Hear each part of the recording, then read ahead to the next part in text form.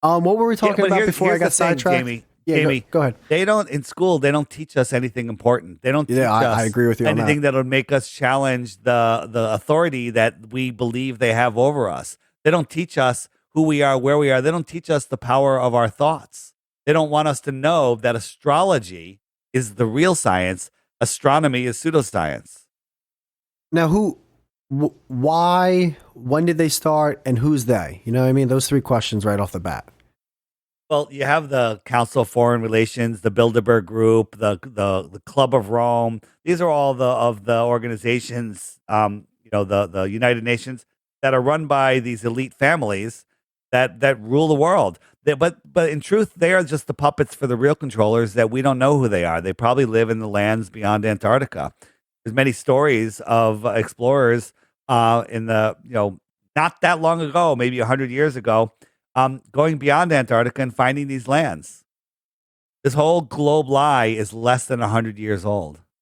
It's not 2,000 years old with Aristophanes and his sticks and shadows. That's a made-up story. Damn, it's only so why did they choose a globe 1,000 years ago? No, they didn't. This is less than 100 years old. Or I'm sorry, 100 years ago. Everyone knew the Earth was flat. I interviewed a woman named Ruth, 102 years old, back in February 2020, and she was taught that the Earth was flat in the 1920s. That's all they taught. The globe wasn't even a question. And then we also found that they were teaching flat Earth and globe Earth all the way up into the 1960s. Okay? Then all of a sudden, the Rockefellers took over the education system, removed flat Earth like it never existed, and basically are responsible for the curriculum of all of the schools, which I call the indoctrination camps. They're all nonsense. But couldn't that just because answers change after time and we find out more information? One proof of the globe. If we lived on a globe, there would have to be a physical horizon. No, I'm not saying a proof of the globe. I'm just saying we believe in something. And then we find an answer that goes, oh shit, that kind of shatters that belief, and now we believe in something else. That exists. What I'm saying is, there's nothing that would make you believe in the globe. There's absolutely nothing, and there's absolute proof that we don't live on a globe. Like a ball, if we lived on a ball, the horizon would be a physical place that you can't see beyond. Okay, on a ball, tell us that our ball is 24,901 miles around. That would mean a 6-foot-tall person standing at the edge of calm water should have a physical water horizon at just 3 miles away, where the drop is 6 feet. But we can take our super zoom lenses and we can see out from miles and miles and miles and miles and miles beyond where we should be able to see if it was a ball. The horizon is optical, and that goes with flat Earth. If you're flying in an airplane and you look out the left window and the right window, you'll see that the horizon is right at your eye level. If you drew a line from both horizons, they cross right in front of your eyes. Well, that's impossible on a ball, because at 35,000 feet, the horizon would be 78,000 feet below you. But it's not. It's right there at high level. But now, all right, and I'm confused, and I think I'm allowed to be confused, right? I went to, listen, I'm not a big fan of public schools either. I think it's insane. I don't care about your kids. Don't take my money. Why the fuck am I paying for your kids' education? All right, so... for 12 plus years, I learned, about the Earth being a globe every now and then in between the Holocaust. First thing you learned in school. It's the first thing you learned in school. We were finger painting before the Earth being a globe, but I get what you're saying. We learned it really young, but yeah, the Earth's a globe, and why they said all these things to me. Why shouldn't I believe it? You know what I mean? I know you look at authority as the rulers. We got Bill Nye, the lying guy with the bow tie. He's a failed comedian. You have Neil deGrasse Tyson, the failed actor. He's the other authority. He won't talk to us. He'll make video after video after video, straw manning us and saying stuff that just not true about flat Earth, and claiming that we believe. Real quick to cut you real quick. I do think that's lame. That I'll say this, man, and I understand like the very easy defense would be like, well, why talk to them anyway?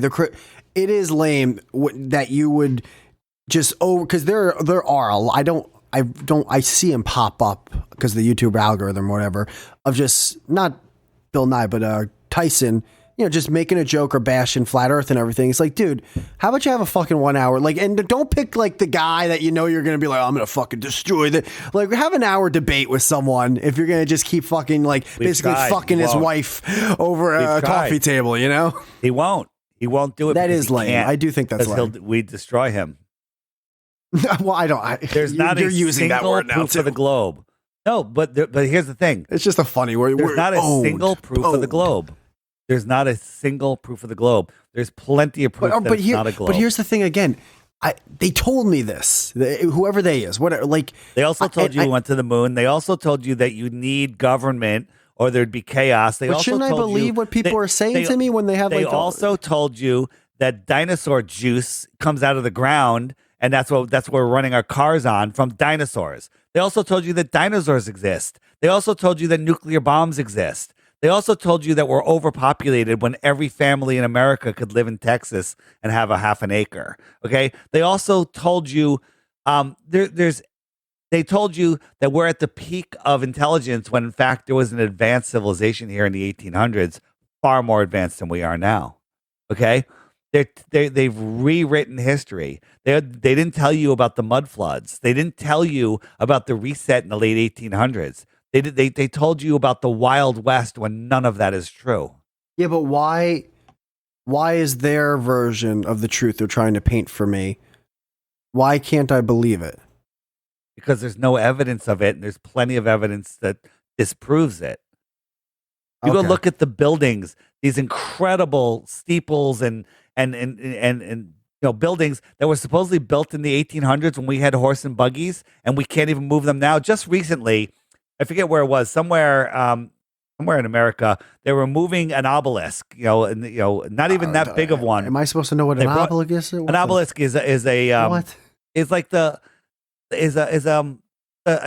street. It's like the Washington Monument. Can I look that up on Google? Will that pop up? The Washington Monument is an obelisk. It's a straight up pillar. Okay. That's all. Okay. A straight up pillar. And this wasn't even that big of one. They brought in a big crane, and it couldn't lift it. The crane was tipping over. So they brought in 3 cranes. They had to drill holes and they run rebar through it. And they finally were able to move it with 3 modern cranes. But the story of this obelisk is that it was built in Egypt. Or I think it was Egypt. It was carried on a boat, brought over to the city. Maybe it was in Philadelphia. And then it was erected back in the late 1800s when we had no cranes, no gas-powered anything, and then we could barely move it today. It's all complete and total bullshit. We live literally in the middle of the movie Idiocracy right now. Yeah, that's a solid movie. I think people overrate that movie a little too much. I like the idea and the premise though. The movie's great, so I do like the movie.